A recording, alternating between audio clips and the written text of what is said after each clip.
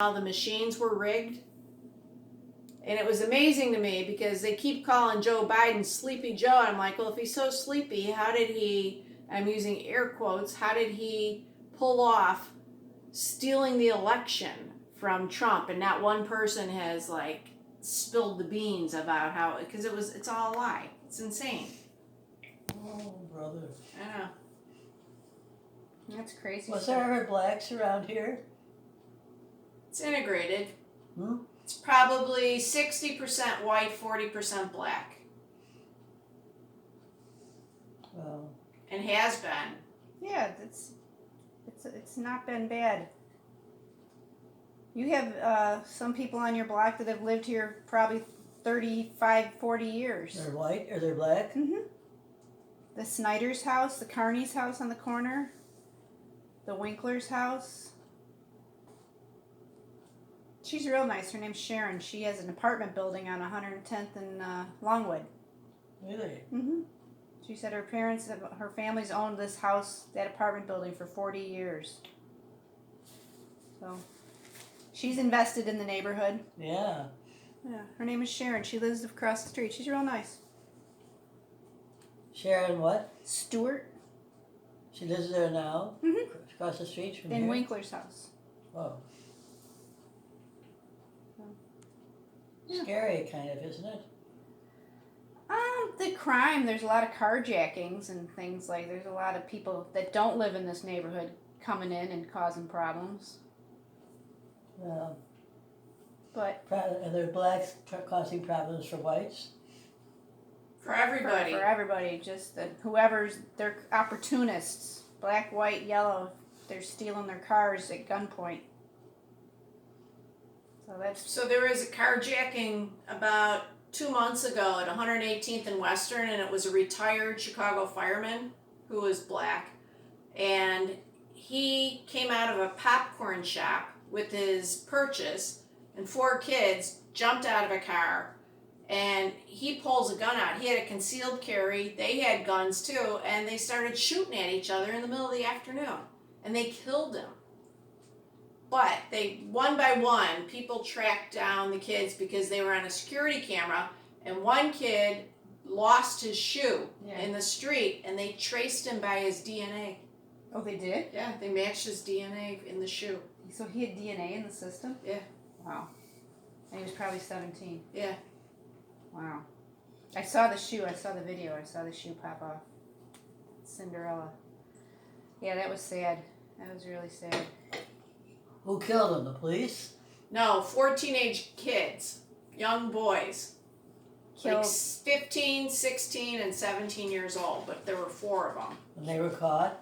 Yes. But they killed a retired, 65-year-old retired Chicago Fire Department lieutenant or something.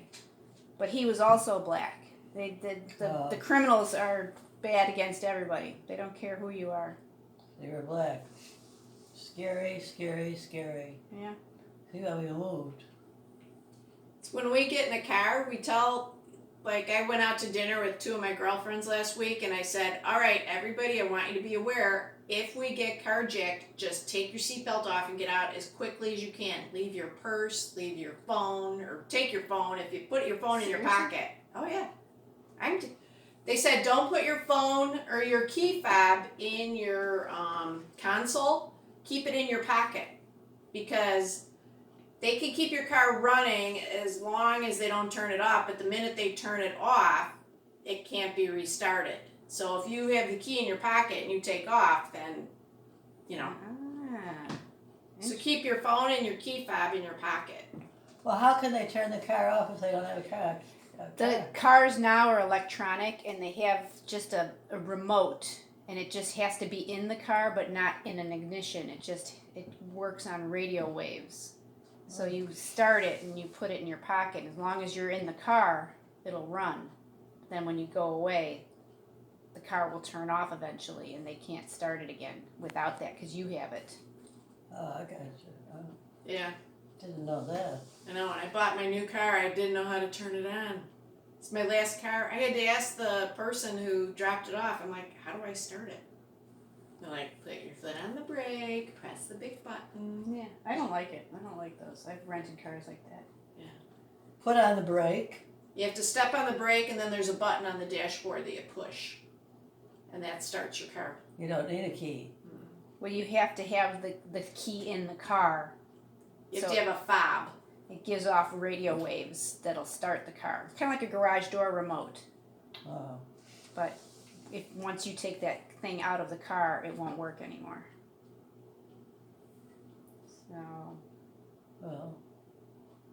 How is it around here? Fine. Is it pretty white still?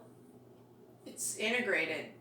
It's about 60% white, maybe 65, and then 35 to 40% black. Black. And then there's other mixed in there, but it's not significant. Right around in here? Or? Yeah. Like we have a growing Hispanic population, but not enough to move the needle yet. And then not so much Asian. Not really. So Where do you go? nowhere. You make friends with your neighbors. So you might. How is it right around here? fine. No blacks? Half. Half? You've probably got I'm here. on this block. No, you probably have Two. three Three. down at the end. Oh, the corner. Yeah. Nice. 3 that I know of on a block of what, 20? Maybe like 10 houses on each side. 30, probably 15 on each side. Maybe, yeah, 10 on each side. I don't know. Could go through. I don't want to move again, Nah, you're not going anywhere. but maybe other people who want to sell would sell the black. And that's okay. Well, I mean, they're homeowners. If you have normal, regular people that want to keep the neighborhood up, it's okay. well, that's true too. But they trickle in, you know, here, and there. Yep. And then the whites that live nearby where they're selling the blacks, they move. Some of them. But that was what was unique about Beverly is that people stayed. When the white flight of the 60s hit Chicago, one of the most segregated neighborhoods or cities in the world, or in the United States, I should say, Beverly was unique where it stayed. It kept, people stayed in their they didn't want to get up and move. They wanted to be integrated. They wanted to, Oh, you know, they had a more open mind than the majority of the people that used to live here. The ones who didn't want to live here moved. The ones who moved here, I mean, look at you. You moved after the big white flight. You moved here. And people were moving away from here, but you and Dad chose to live here. yeah. So, you know. It was a scary time. You don't know what to do.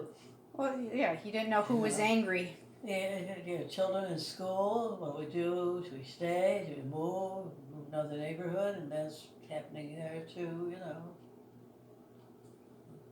Anyway, so far we're, knock on wood, we're good.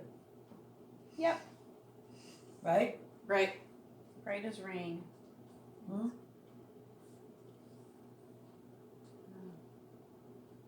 He finally gave up and went to sleep. He's had some snacks, so he's his belly is full. I'm on edge. I'm uneasy. I don't know what's